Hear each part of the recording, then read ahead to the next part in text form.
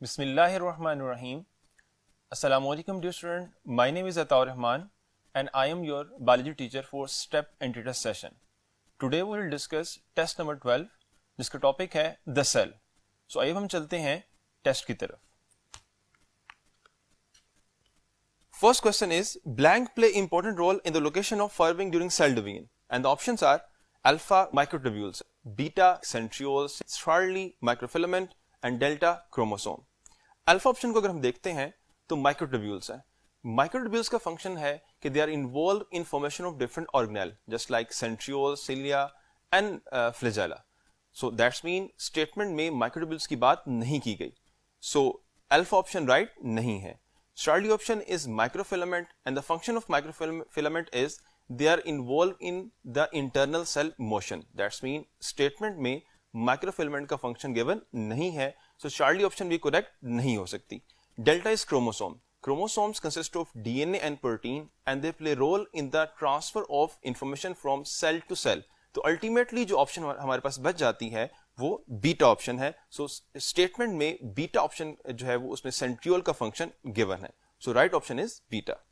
Question number 2 है nucleus is deeply stained with. Alpha is lightly stained with acidic dyes, beta is deeply stained with acidic dyes, Charlie is basic dyes and delta is lightly stained with basic dyes. अब इसमें nucleus की दो बातें mention है.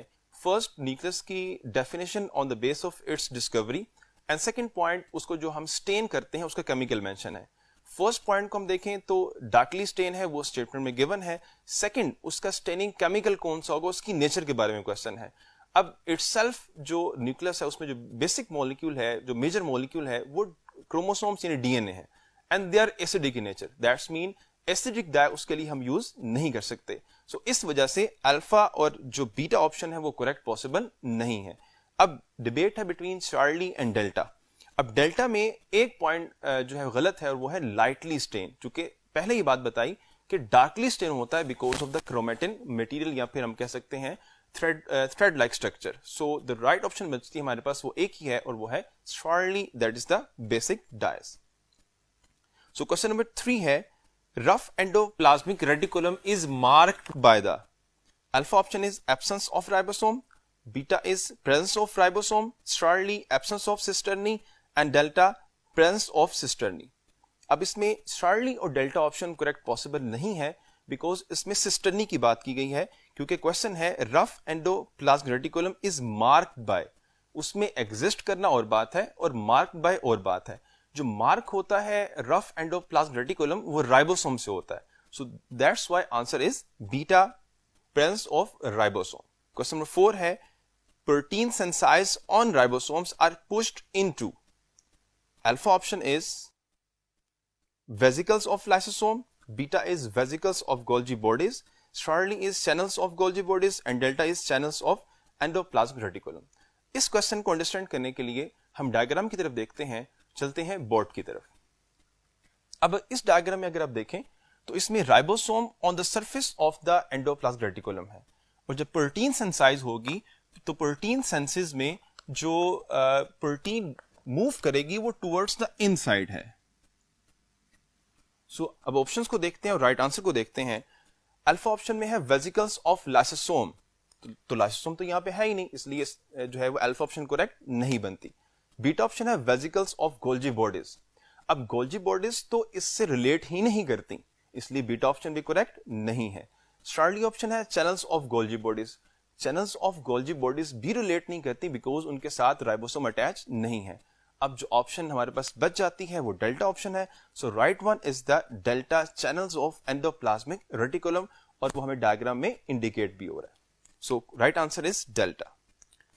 Question number 5 है the ribosomal RNA is synthesized and stored in. Alpha option is nucleolus, beta is nucleus, Charlie is vacuole and delta is cytoplasm.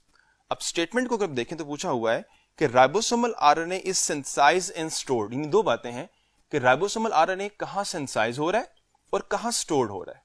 अब इस क्वेश्चन के आंसर को अंडरस्टैंड करने के लिए अगेन हम मूव करते हैं टुवर्ड्स डायग्राम.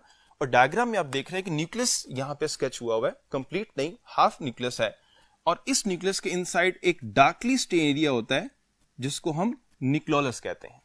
और nucleolus is a factory of ribosome, और न्यूक्लियोलस जब फैक्ट्री है that's mean ribosomal RNA nucleolus में ही सिंथेसाइज होगा। अब इस क्वेश्चन की तरफ अगर आप देखें तो आंसर राइट क्या बनता है? Answer right is alpha, because ribosomal RNA synthesize and stored within nucleolus, जो कि बेसिकली फैक्ट्री है राइबोसोम की। तो right one is alpha. Question number 6 है a soluble sap surrounding the chromatin network is called. अब अभी इससे पहले क्वेश्चन में हमने बात की थी कि क्रोमेटिन मटेरियल जो होता है वो विद इन द न्यूक्लियस है, और यहां क्वेश्चन पूछा हुआ है कि जो क्रोमेटिन मटेरियल के अराउंड सैप है वो क्या होगा। अब ऑप्शंस को हम देखते हैं। Alpha is cell sap, beta is nucleoplasm, Charlie is cytoplasm and delta is cytosol. अब अल्फा ऑप्शन को देखें तो cell sap is a sap which found within the cell, and that's mean ये cytoplasm की बात हो रही है, और स्टेटमेंट में obviously question according to cytoplasm नहीं है, इसलिए अल्फा ऑप्शन करेक्ट नहीं होगी। And beta is the nucleoplasm, so this is the right option because chromatin material with in the nucleus है, और जो सोल्यूशन इसके इनसाइड होगा वो न्यूक्लियोप्लाज्म कहलाएगा। अदर ऑप्शंस को भी देखते हैं। Charlie one is the cytoplasm, cell sap is a cytoplasm, so that's mean Charlie option भी करेक्ट नहीं है। Delta option is a cytosol, cytosol is a part of cytoplasm, जिसको हम यूं डिफाइन करते हैं कि it's a soluble part of the cell. So बात हो रही है क्रोमेटिन मटेरियल की, दैट्स मीन डेल्टा ऑप्शन भी करेक्ट नहीं है। सो मूव करते हैं नेक्स्ट क्वेश्चन की तरफ। Question number 7, the rate of sedimentation of eukaryotic ribosome is alpha is 70s, beta 30s, Charlie 50s and delta 80s। अगर हम देखें सेडिमेंट्री रेट को तो वो प्रोकैरियोटिक और यूकैरियोटिक का डिफरेंट है, और डिफरेंस क्या है कि प्रोकैरियोटिक का 70s एंड यूकैरियोटिक का 80s है, तो right one is the delta 80s। Question number 8 है the protein release by a cell into the extra cellular environment follow the following course.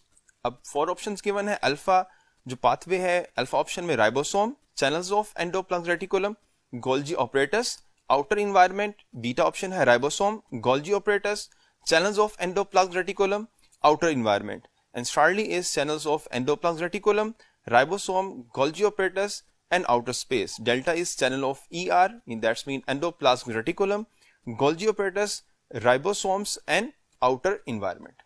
इस क्वेश्चन को अंडरस्टैंड करने के लिए मूव करते हैं टुवर्ड्स द डायग्राम, और डायग्राम में वो कंप्लीट पाथवे गिवन है, क्योंकि यहाँ पे क्वेश्चन जो पूछा हुआ है वो protein release into extra cellular environment, that's mean जो सेल से बाहर प्रोटीन रिलीज हो रही है उसका पाथवे क्या होगा। तो डायग्राम में कंप्लीट पाथवे गिवन है। अगर आप देखें तो प्रोटीन सिंथेसाइज होगी ऑन द आरईआर, आरईआर से सिंथेसाइज होके वो मूव करेगी टुवर्ड्स इनसाइड चैनल की तरफ, and then it release in the form of vesicle from the SER, and from SER that is called as SER smooth endoplasmic reticulum with the help of TER. TER stand for transporting vesicle of endoplasmic reticulum, and this moved towards the forming phase of Golgi bodies, and after the modification which occur within the Golgi apparatus, it released from the maturing phase and then moved towards the cell membrane and released from the cell। अब इस complete pathway को देखें और options को देखें तो right option बनती है alpha, that is the ribosome, channel of endoplasm reticulum, Golgi apparatus and outer environment. So question number 8 का आंसर अल्फा। क्वेश्चन नंबर 9 है in the figure given below transport vesicles of endoplasm reticulum is indicated by alpha B, beta A, Charlie E and delta C. अब इस question में भी अगर आप देखें तो जो ऑप्शंस गिवन हैं उनमें यही जो गिवन डायग्राम है इसमें डिफरेंट एस्पेक्ट्स को लेबल किया गया है। अगर आप इन ऑप्शंस को देखें तो आंसर बनता है वो अल्फा, दैट्स मीन बी है। सो क्वेश्चन नंबर 9 का answer alpha B. Question number 10 ribosomes are first studied by. अब ये साइंटिस्ट का नेम है डिफरेंट ऑप्शंस में। Alpha option is de Duve, B is Palade, Charlie is Robert Brown and delta is Robert Hooke, and the scientist name is beta Palade. Question number 11. Ribosomes are attached to blank through smaller ribosomal subunit, and the options are alpha transfer RNA, beta messenger RNA, Charlie ribosomal RNA and delta small nuclear RNA। अब question में बात हो रही है process translation की, and during translation जो binding है वो होती है with the help of messenger RNA। So answer is beta messenger RNA। Question number 12. Ribosomes start polymerization from alpha 3' end of mRNA, beta 5' end of mRNA, shortly 3 end of the RNA and the delta 5' end of the transfer RNA. इस क्वेश्चन के answer को understand करने के लिए हम move करते हैं नेक्स्ट बोर्ड की तरफ जहां पे डायग्राम गिवन है. सो इस डायग्राम में आपको नजर आ रहा है प्रोसेस ऑफ ट्रांसलेशन और उसमें स्टार्ट में 5' एंड ऑफ mRNA है और एंड पे 3' एंड ऑफ mRNA है और जो राइबोसोम अटैच हो रहा है वो 5' एंड ऑफ मैसेंजर RNA है. सो आंसर यहां पे बनेगा beta 5' end of messenger RNA. Question number 13. Next question है विच one of the following organelle is secondarily involved in maintenance of cell shape. Alpha is microfilament, beta is intermediate filament, Charlie is microtubules and delta is endoplasmic reticulum. अब options में given जो different points हैं उनको अगर हम explain करें, alpha option is microfilament and the function of microfilament is they are involve in internal cell motion.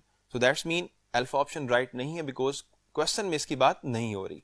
Beta is the intermediate filament.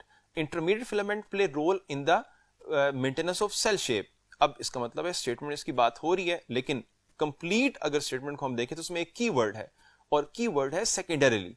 सेकेंडरीली जो है ये इसका रोल नहीं है, ये इसका प्राइमरी रोल है. सो प्राइमरी रोल की वजह से बीटा ऑप्शन करेक्ट नहीं है. चार्ली ऑप्शन की तरफ जाते हैं तो चार्ली ऑप्शन है microtubules. Microtubules play role in the formation of different organelles और ये बात हम पहले एक क्वेश्चन में कर चुके हैं. सो दैट्स मीन चार्ली ऑप्शन भी राइट नहीं है. सो ऑप्शन जो लेफ्ट बच जाती है हमारे पास वो एक है और वो डेल्टा ऑप्शन है, that is the endoplasmic reticulum. और ये उसके फंक्शन में गिवन है कि both SCR and RER they play role in the mechanical support to the cell. So that's why this is the right option. Question number 14 is the factory of ribosome is alpha is metabolism, beta is endoplasmic reticulum, Charlie is nucleolus and delta is the nucleus. और इसमें question में अगर हम देखें तो factory of ribosome की बात है और ये बात हम पहले क्वेश्चन में कर चुके हैं और उसके लिए हम मूव करते हैं टुवर्ड्स डायग्राम. और डायग्राम हमने बात भी की कि this is the nucleolus with in the nucleus and this play role in the formation of ribosome. So this one is the factory of ribosome. The right option is Charlie, that is the nucleolus. So nucleolus play role in the formation of ribosome. Question number 15 है the whole stack of Golgi bodies consist of cisternae thought to be moving from alpha is inner to outer face, beta is outer to inner face, Charlie is concave to convex and delta is trans to cis. इस क्वेश्चन को understand करने के लिए again move करते हैं towards diagram और diagram में हमने बात भी की कि this is the Golgi apparatus. ये इसका आउटर फेस जिसको हम कहते हैं फॉर्मिंग फेस और ये इसका इनर फेस है जिसको हम मैच्योरिंग फेस कहते हैं. इस डायग्राम के बाद अगर हम देखें क्वेश्चन को तो फिर राइट जो ऑप्शन बनती है वो बीटा ऑप्शन है कि वो आउटर से टुवर्ड्स द इनर एंड बनता है. So right one is the beta outer to inner face. Next question number 16 है proteins are transformed into glycoprotein and glycolipids in alpha is channels of endoplasmic reticulum, beta is Golgi vesicles, Charlie is ribosomal granules, delta is Golgi apparatus. इस क्वेश्चन को understand करने के लिए again move करते हैं towards the diagram और diagram में हमने ये बात की थी कि जो मॉलिक्यूल सिंथेसाइज होगा और आएगा from the SER with help of TER transporting vesicle of endoplasmic reticulum, ये जब एंटर होगा गोल्जी ऑपरेटस में तो गोल्जी ऑपरेटस इसको मॉडिफाई करेंगे और modification basically addition of carbohydrate है एंड एडिशन ऑफ कार्बोहाइड्रेट से ग्लाइकोप्रोटीन्स और ग्लाइकोलिपिड्स बनेंगे. तो इन ऑप्शंस के साथ जो करेक्ट आंसर बनता है वो क्या है, डेल्टा गोल्जी ऑपरेटस है. क्वेश्चन नंबर 17 है a structure within a cell that carries out specific function is called alpha organelle, beta microtubule, Charlie mitochondria and delta ribosome. अब इस स्टेटमेंट और ऑप्शंस को अगर हम देखें तो ऑप्शंस में डिफरेंट ऑर्गेनेल गिवन है लेकिन स्टेटमेंट में जनरल बात की गई है कि जनरल ऑर्गेनेल की क्या डेफिनेशन है. सो आंसर बनेगा अल्फा ऑर्गेनेल. क्वेश्चन नंबर 18 है blebs from tip of blank fuse with blank cisternae, alpha is Golgi apparatus, SER, beta is SCR Golgi apparatus, Charlie is Golgi apparatus RER and delta is RER Golgi apparatus. अब यहां पे जो बात है इसे understand करने के लिए हम मूव करते हैं टुवर्ड्स द डायग्राम. अब डायग्राम में अगर हम देखें तो SCR से जो वेसिकल आ रही है वो फ्यूज कर रही है गोल्जी बॉडीज के साथ और फिर यहां से दोबारा क्या हो रही है, जनरेट हो रही है. तो राइट ऑप्शन जो बनेगी वो है beta SCR and then Golgi apparatus, क्योंकि गोल्जी ऑपरेटस की जो वेसिकल फॉर्मिंग फेस है वहां पर SCR से आने वाली वेसिकल फ्यूज करती है, इसीलिए हम उसको जो है वो फॉर्मिंग फेज कहते हैं। So answer is beta. Question number 19 है blank granules are pinched off at the maturing phase of Golgi apparatus, alpha is secretory, beta is ribosomal, Charlie is insulin and delta is digestive. इस क्वेश्चन को understand करने के लिए again move करते हैं towards diagram, और डायग्राम में ये बात अगेन से इंडिकेट है कि जो वेसिकल्स प्रोड्यूस हो रही हैं from the maturing phase of Golgi bodies, ये डिफरेंट फंक्शन कर रही हैं, और उनमें से वो जो सिक्रीशन करेगी वो टुवर्ड्स द मेम्ब्रेन जाएगी, और यहां पे सिक्रीशन की ही बात की जा रही है। So that's why answer is the alpha secretory phase. Next question 20 है example of naturally enucleated cell is alpha mature RBCs, beta platelets, Charlie mature RBCs and platelets and delta ovocyte. अब इन options को अगर हम देखें तो alpha option mature RBCs इसका right answer है, क्योंकि मेच्योर आरबीसीज में न्यूक्लियस नहीं होता। बट अदर ऑप्शंस को अगर हम देखें तो बीटा है प्लेटलेट्स, प्लेटलेट्स में भी न्यूक्लियस एग्जिस्ट नहीं करता, लेकिन platelets fragments of a large cell हैं जिसको हम मेगा कैरियोसाइट कहते हैं, और उसमें कुछ फ्रेगमेंट एग्जिस्ट करते हैं, लेकिन प्लेटलेट्स कंप्लीट सेल भी नहीं है, इसलिए प्लेटलेट्स ऑप्शन नहीं है। Charlie is the mature RBCs and platelets, तो अभी मैंने आपको बताया कि प्लेटलेट्स जो होते हैं वो सेल कैटेगरी में इंक्लूड नहीं होते, वो सेल लाइक स्ट्रक्चर गिवन है बुक में, इसलिए शार्ली ऑप्शन भी करेक्ट नहीं है। And delta is ovocyte, ovocyte complete cell है और उसमें न्यूक्लियस एग्जिस्ट करता है, इसलिए डेल्टा भी राइट आंसर नहीं है। So right one is alpha mature RBCs. Question 21 है engulfment of bacteria by a certain white blood cells is an example of alpha is exocytosis, beta is endocytosis, starly is spinocytosis and delta is phagocytosis। इस क्वेश्चन को भी understand करने के लिए हम move करते हैं टुवर्ड्स द डायग्राम।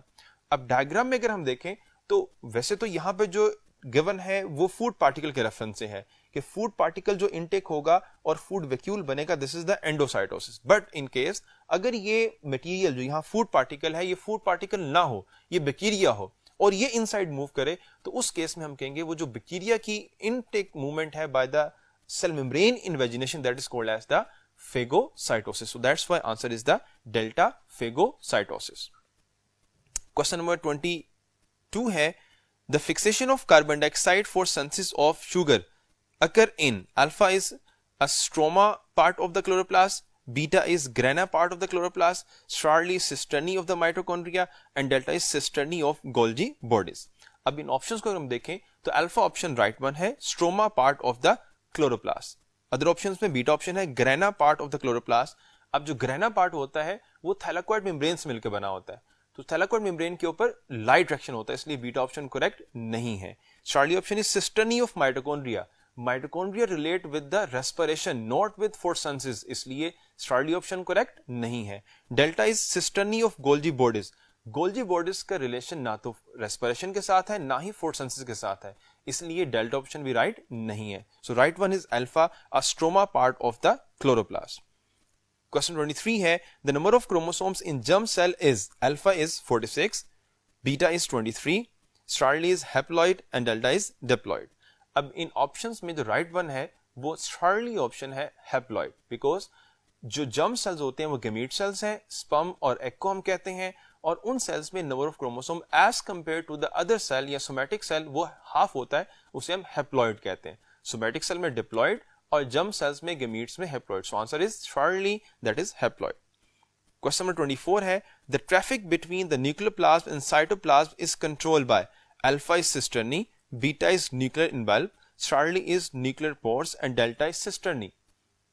इस क्वेश्चन के आंसर को अंडरस्टैंड करने के लिए अगेन मूव करते हैं टुवर्ड्स द डायग्राम, और डायग्राम में यहां पे आप देख रहे हैं कि न्यूक्लियस स्केच है, उसके साथ ऑर्गेनेल है, but and this is the outer environment that is called as cytoplasm and here is the nucleoplasm. So nucleoplasm और साइटोप्लाज्म इनके दरमियान जो ट्रैफिक है, जो मूवमेंट ऑफ मटेरियल है, it is with the help of the nuclear pores. So that's why right answer is the Starly, that is nuclear pores.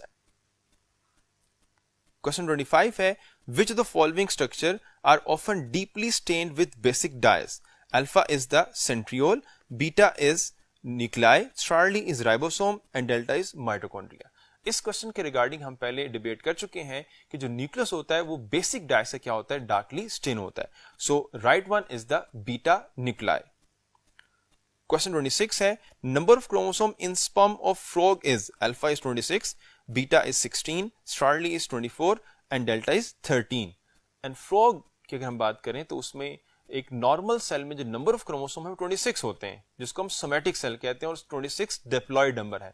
और sperm एक gamete है, और हमने ये पहले बात की है कि गैमीट में हाफ नंबर ऑफ क्रोमोसोम होंगे, so that's mean answer will be 13, so right is the delta. Next question number 27 है endoplasmic reticulum is often continuous with, अब अल्फा ऑप्शन है mitochondrial membrane, beta is Golgi apparatus, Charlie is plasma membrane and delta is the thylakoid membrane. Question 27 को understand करने के लिए again हम जाते हैं टुवर्ड्स डायग्राम, और डायग्राम में ये बात इंडिकेट है रेटिकुलम है they are attached with the nuclear envelope, but at the other end they are sometime or often attached with the plasma membrane, so that's why answer is the Starly plasma membrane. Next question is 28. All of the following functions are performed by endoplasmic reticulum except alpha is protein synthesis, beta is lipid metabolism, Starly is maintenance of cell shape and delta is enzyme secretion. अब यहां पे बात है कि all the following functions are performed by endoplasmic reticulum. अब यहाँ पे general बात की गई है कि टू डिफरेंट टाइप्स हैं, आरईआर और SER. RER involve in protein synthesis, SER involve in lipid metabolism, detoxification and other functions. अब ऑप्शंस की तरफ देखें तो अल्फा इज प्रोटीन सिंथेसिस, ये फंक्शन है, बीटा ऑप्शन है लिपिड मेटाबॉलिज्म, ये भी फंक्शन है, स्टार्ली है मेंटेनेंस ऑफ सेल शेप, ये इनका कंबाइंड फंक्शन है आरईआर और एसईआर का, and delta is enzyme secretion. Secretion is the function of Golgi operator, so that's why the right option will be the delta. Pick up the function not performed by SER. Alpha is toxification, beta is metabolism, Starly is transmission of message and delta is the mechanical support. अभी हमने बात की कि SER के जो function है वो detoxification है, लिपिड सेंसेस है, ट्रांसमिशन ऑफ नर्व इंपल्स है, लेकिन जो डेल्टा ऑप्शन यहाँ पे गिवन है वो इसका फंक्शन नहीं है, यानी mechanical support is the combined function of SER and RER, so right one is the alpha is toxification. Question number 30 है the number of nuclear pore in erythrocyte is alpha is 10 to 20 pores पर nucleus, beta is 5 और 10 pores पर nucleus, स्टार्ली is 1 to 2 पोर पर nucleus and delta is 3 to 4 पोर पर nucleus. अब यहां पे बात है एरिथ्रोसाइट की, और एरिथ्रोसाइट एक कंप्लीटली डिफरेंशिएटेड सेल है। ये बात अब लेक्चर में पढ़ चुके हैं कि अगर बात होगी डिफरेंशिएटेड सेल की तो उसमें लेस नंबर ऑफ पोर होंगे, और अगर बात होगी अनडिफरेंशिएटेड की तो उसमें मोर नंबर ऑफ जो है वो पोर एग्जिस्ट करेंगे। सो यहां बात है एरिथ्रोसाइट की, तो इसमें क्या होगा, right answer is delta 3 to 4 pores. Question number 31 है which phase of Golgi apparatus give rise to the secretory granules, alpha is forming phase, beta is the maturing phase, Charlie is cis phase and delta is the inner phase. इस क्वेश्चन के आंसर के लिए again अगर आप diagram को देखें तो ये दो फेज गिवन है, one is the forming phase and second is the maturing phase. जो स्क्लेरोटिक वेसिकल जनरेट हो रही है that is from the maturing phase, so that's why right answer is the beta maturing phase. Question number 32 है next, the finishing, packing and distribution section of the cell is alpha is ER, beta is lysosome, Charlie is peroxisome, delta is Golgi apparatus. अब अगर हम ER की बात करें, इसके function को भी हमने समराइज किया है, बीटा लाइसोसोम का फंक्शन सेल डाइजेशन है, स्टार्ली पैरोक्सिसोम का जो फंक्शन है वो हाइड्रोजन पैरोक्साइड की सिंथेसिस और डिग्रेडेशन है, और डिफरेंट अदर फंक्शंस हैं, एंड डेल्टा गोल्जी ऑपरेटस इसका फंक्शन सेल सिक्रीशन है, so right one is the delta Golgi apparatus. Question 33 है detail studies have shown that mitochondria also contain alpha is DNA and ribosome, beta is RNA and ribosome, Starly is ribosome and nucleosome and delta is DNA and nucleosome। ये detail structure की बात की गई है कि mitochondria में क्या exist करता है। अगर हम ऑप्शंस को देखें तो alpha option is DNA and ribosome, so mitochondria में ये एग्जिस्ट करता है, तो अल्फा ऑप्शन के राइट होने के चांसेस हैं। बीटा ऑप्शन है RNA एंड राइबोसोम, ये भी इसमें एग्जिस्ट करता है, इसका मतलब है कि बीटा ऑप्शन भी करेक्ट पॉसिबल है। स्टार्ली है राइबोसोम एंड न्यूक्लियोसोम, स्टार्ली ऑप्शन के करेक्ट के चांसेस नहीं है बिकॉज न्यूक्लियोसोम इसमें एग्जिस्ट नहीं करता। डेल्टा ऑप्शन है DNA एंड न्यूक्लियोसोम, अब डेल्टा ऑप्शन में न्यूक्लियोसोम जो है ये भी माइटोकॉन्ड्रिया में एग्जिस्ट नहीं करता, इसलिए डेल्टा ऑप्शन के भी करेक्ट के चांसेस नहीं है। अब करेक्ट के चांसेस अल्फा और बीटा के हैं, लेकिन जो बेस्ट वन है वो अल्फा है बिकॉज DNA से RNA बनता है, सो दैट्स व्हाई हम कहते हैं कि DNA and ribosome alpha.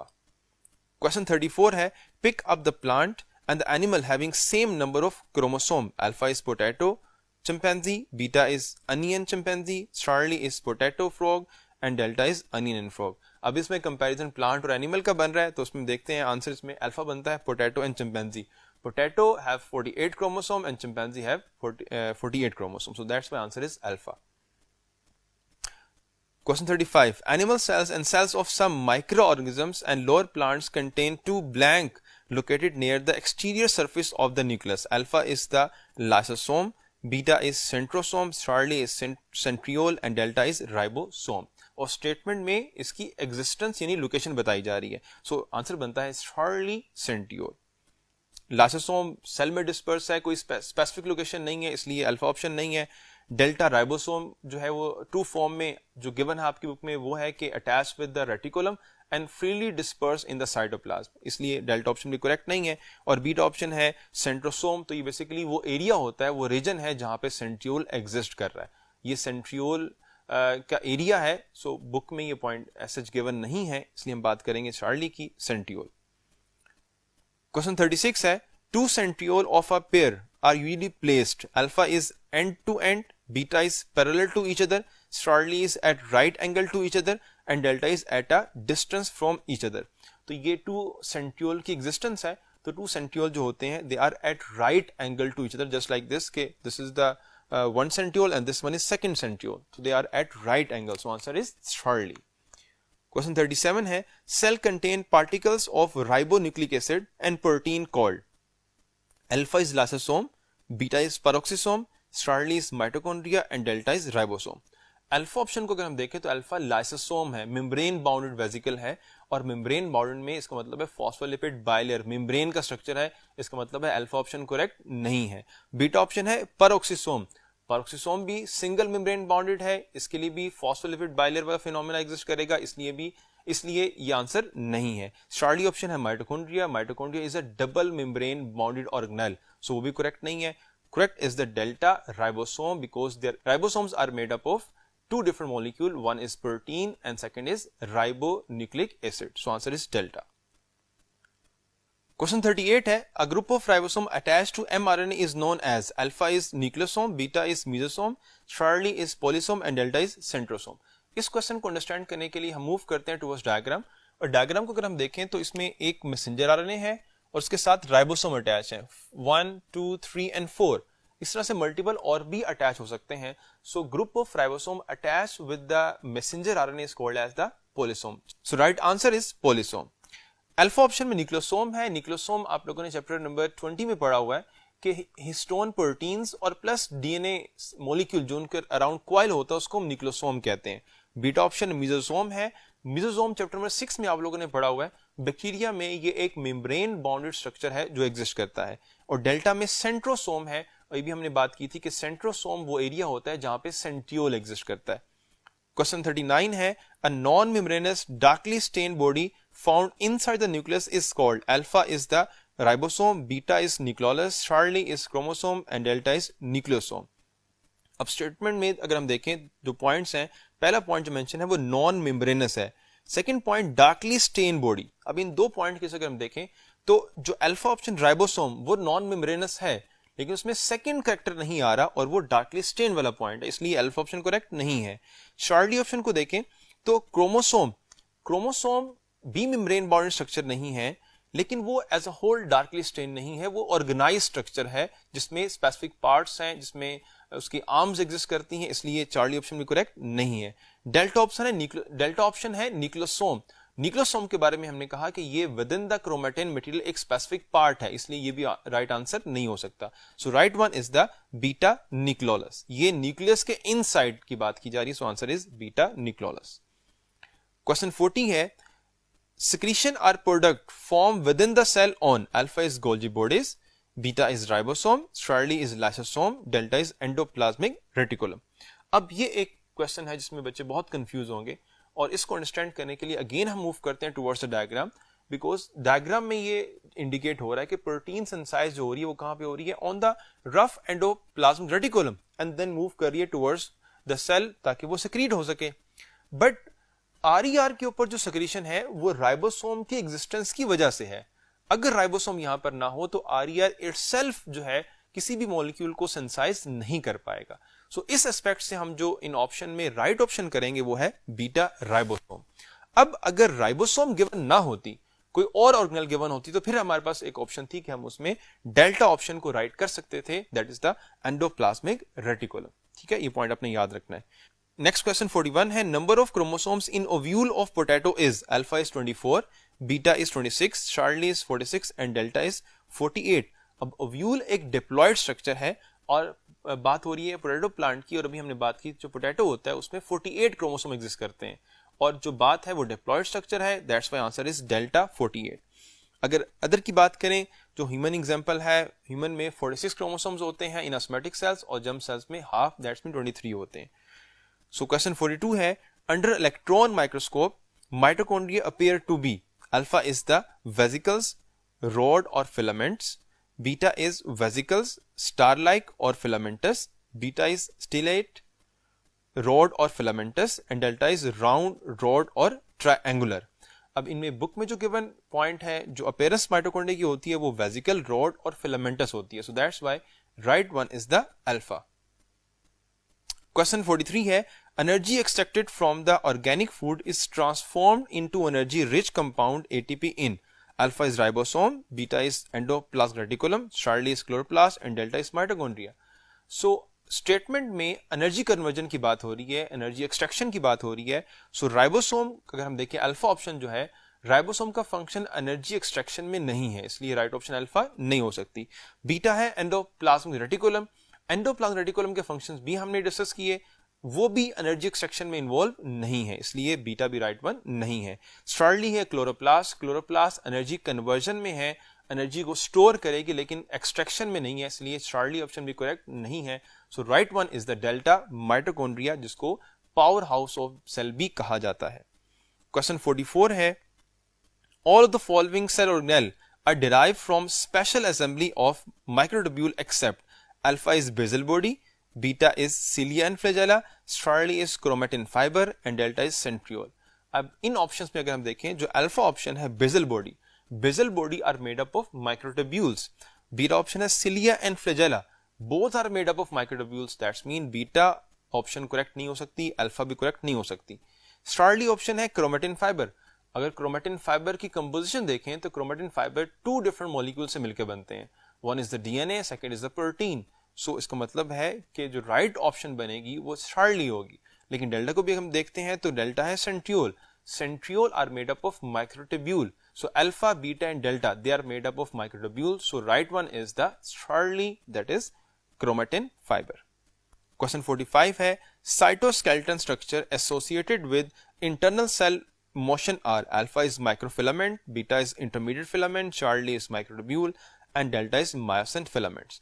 First option alpha जो माइक्रोफिलामेंट्स हैं, इनका फंक्शन इससे पहले भी हमने एक्सप्लेन किया कि microfilaments are involve in the internal cell motion. Beta option है intermediate filament and the function is they are involve in cell shape maintenance. Charlie option is microtubule, microtubules are involve in formation of different types of organelle and delta is myosin filament, myosin filaments are involved in skeletal muscle movement, so right one is alpha microfilaments।